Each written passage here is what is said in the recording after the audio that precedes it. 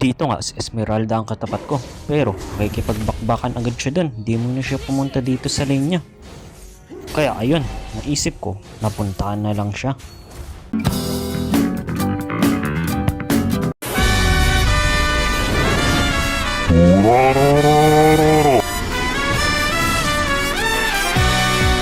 Yun nga, papunta na ako dito sa Clash, dito sa mga nagbabakbakan. Ura, ura, ura, ura, ura. Yan, napatay ko si Esme, di kasi pumupunta agad sa lane. Dito nga, nagbabalak na mag-turtle yung mga kasama ko, kaya pumunta na ako dito. Tapos, nandito din pala si Harley, nag-aabang. Parang gusto niya yata ang KS-in yung turtle. Kaya ayun, balak ko siyang suppress dito. Clear ko muna tong minions. Nasaan ka na, Harley? Huwag kang lalapit dito sa turtle.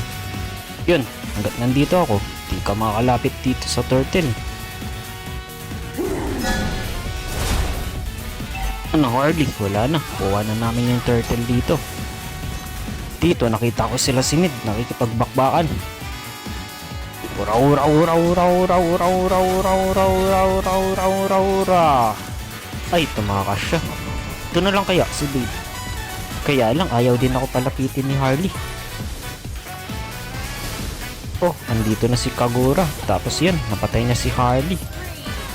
Emote muna tayo. Tapos tipi, tipi, tipi, tipi, tipi. Naglo-load na nga kami dito. Tapos biglang pumasok ko si Esme. Kala niya, makukuha niya. Kalahati pa yung buhay niyan. Nandito naman si Babe. Ikaw na lang muna. Bahala na yung core namin sa Lord. Wala naman return si Esme. Yun lang, napatay yung core namin, pero napatay ko naman si Bill, tapos napatay din yung bird. Dito nga, habang nagmumuni-muni kami dito sa mid, biglang pinasok ni Kagura yung mga kalaban. Nakapatay siya ng dalawa, kaya nagkaroon kami ng pagkakataon dito. Ura, ura, ura, ura, ura. Ayun pa, si Esme. Tayo nyo ako makasama, nandyan na ako. Ura, ura, ura, ura, ura, ura, ura, ura, ura, ura. Tara, apat na yung wala sa kanila.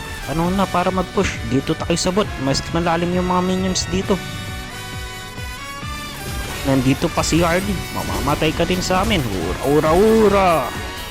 Yun na, ubos na sila. Push, push, push, push, push.